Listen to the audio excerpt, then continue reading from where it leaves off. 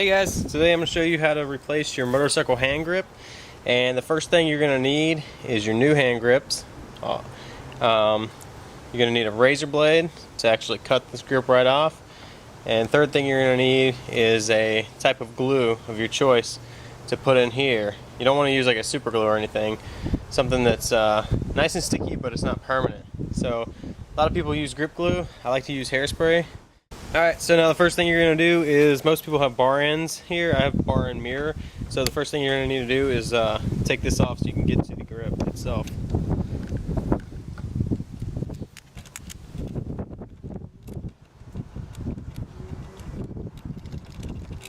Alright, now we got that off, and damn, that's a long bolt. Alright, now that you've got that off, some people like to just pull these right off. It takes a little bit of effort, but this is going to be trash anyway, so what I do is I just cut a nice little slit all the way down to the end, and having a nice new razor blade makes this easy too. Alright, so there's your old grip. That's trash, you don't need it anyway. Alright, now that you've got your old grip off, you got just the plain bar here, solid, nothing on there. One of the reasons I like the hairspray idea is it doesn't leave any residue behind. So if you use like a grip glue, like a Pro Taper glue, it's going to leave like a little bit of sticky gluey residue, and you're going to want to get that all off nice and clean before you put the new bar on there, the new hand grip. So real quick before I do this, I'm going to show you there's two different sizes of grips, and the bigger side right here, you can see that's a lot bigger hole. That's going to be for your throttle side because it goes over the throttle tube, and this side right here is a little tighter, a little smaller, and that's going to go on the left side, which is just a hollow, so you can almost slip that right on there right there. Now what the hairspray does is a nice liquid, so it gets in, you spray it down through the tube, and once you do that, you can just easily slide it right on there, and the hairspray sets up really quickly. So once you put it on there, I'd say let it sit for a couple hours or so, but usually within about 20-30 minutes you can't move it anymore. Alright, now we're ready to glue the grip back onto the handlebar, and this is the new one obviously. So what I do is spray quick couple shots in there, and it doesn't really matter if you get it all the way to the end, because once you put it on there, it's going to move it down as you're doing that. But if you want, you can spray some down in there also.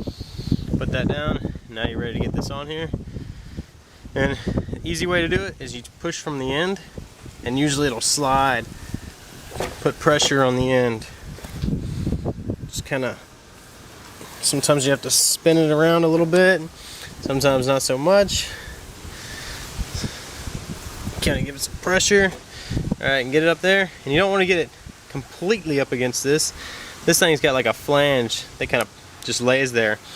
But what you don't want to do is put it on your throttle tube and then end up gluing your throttle tube solid, which you can still break it loose, but just try to avoid that if at all possible.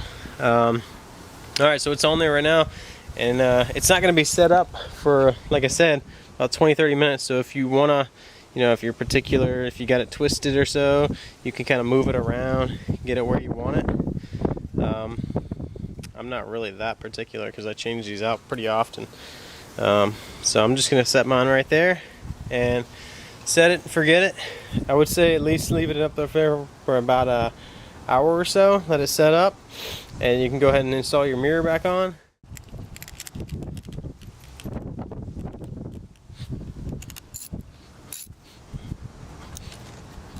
Alright, now you're all set. You got your new grip on there, nice and tight, glued down. And like I said, you're going to want to leave it up, let it set up for a couple hours. Not necessarily a couple hours, but usually if you do this before you go to bed, just let it sit overnight. But I have let it set up for about an hour or so, then you can ride, and you can already see it's already getting to where you can't hardly move it. Alright guys, hope this helps some of you, and I'll see you on the next one.